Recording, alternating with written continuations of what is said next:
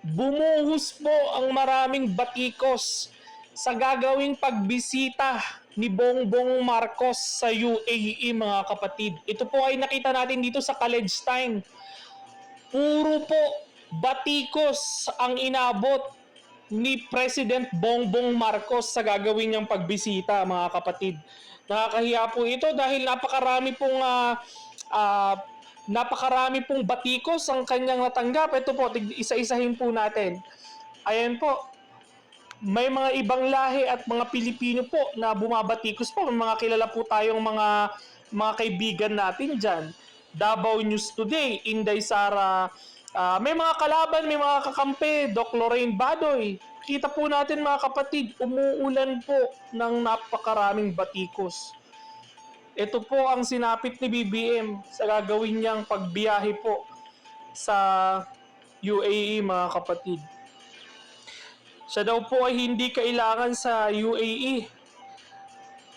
Ipinipilit po nila na yun po, I know it's possible but I hope UAE will ask our president to do drug test in the UAE before meeting your leaders.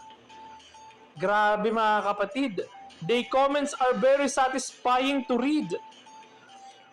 Worthless president of the Philippines daw.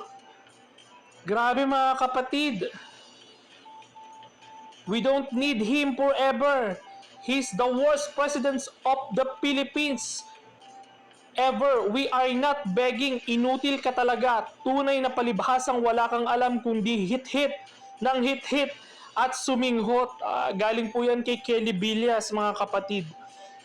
Galing naman po kay Maria Mascasero Cobas. No problem. The feeling is mutual.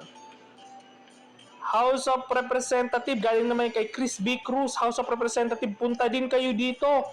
Pagmumuruhin nyo mga walang inatupag mag-hearing ng mag-hearing kahit lubog na ang mga lugar sa bansa natin. Grabe, mga kapatid. Ito galing naman kay Nicole. Natatawa ko sa mga comment pero hayaan nyo na kasi nang dyan mahuli masyado ng kawawa ang Pilipinas dahil sa kanya. Grabe, mga kapatid.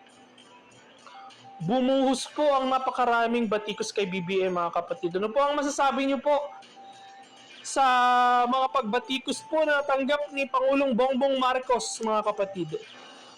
Ito po ba ay kaaya-aya pa o ano? Talaga naman, oy, grabe kayo Grabe kayo kay BBM Nakita niyo ba yung mukha na yan?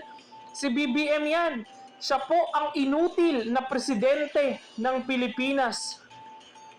Ang walang nagawa, kundi mamudmod ng ayuda kasama si Martin Romualdez, mga kapatid. Nasatisfied po ba kayo sa mga nakita nyong batikos na natanggap ni BBM? I-comment nyo po dyan sa ating comment section kung deserve po ba o deserve talaga. Maraming salamat po, mga kapatid.